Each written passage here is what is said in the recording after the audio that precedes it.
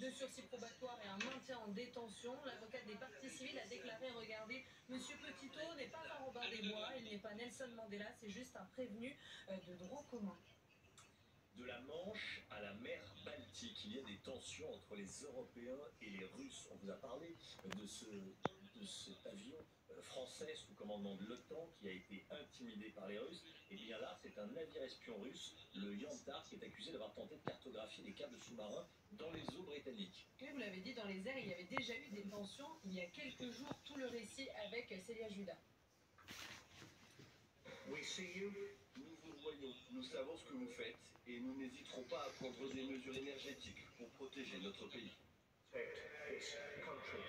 C'est un message clair. Y hay novela encendido en California De la défense o a Los Angeles. Vladimir Poutine. En cause, la détection ce lundi d'un navire espion russe, le Yantar, dans les eaux britanniques.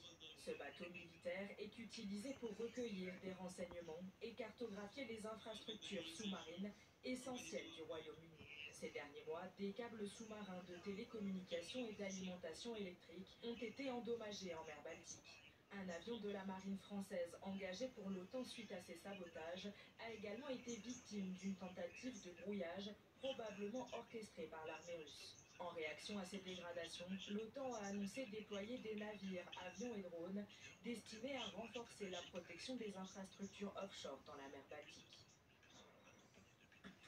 Cette information de la nuit, Donald Trump va déployer 1500 militaires supplémentaires à la frontière avec le Mexique. Oui, il avait annoncé dès son investiture, un décret est désormais signé. L'objectif est évidemment de lutter contre Mais à cause de tout ça, les immigrants iban pas au travail y el pays commençait à venir économiquement bas. Avec les vents forts, les flammes se propagent à une vitesse très inquiétante. Par mesure de sécurité, 31 000 personnes ont reçu un ordre d'évacuation autour du lac. 3 000 personnes doivent évacuer. Là, c'est récent, c'est nouveau incendie. 3800 hectares.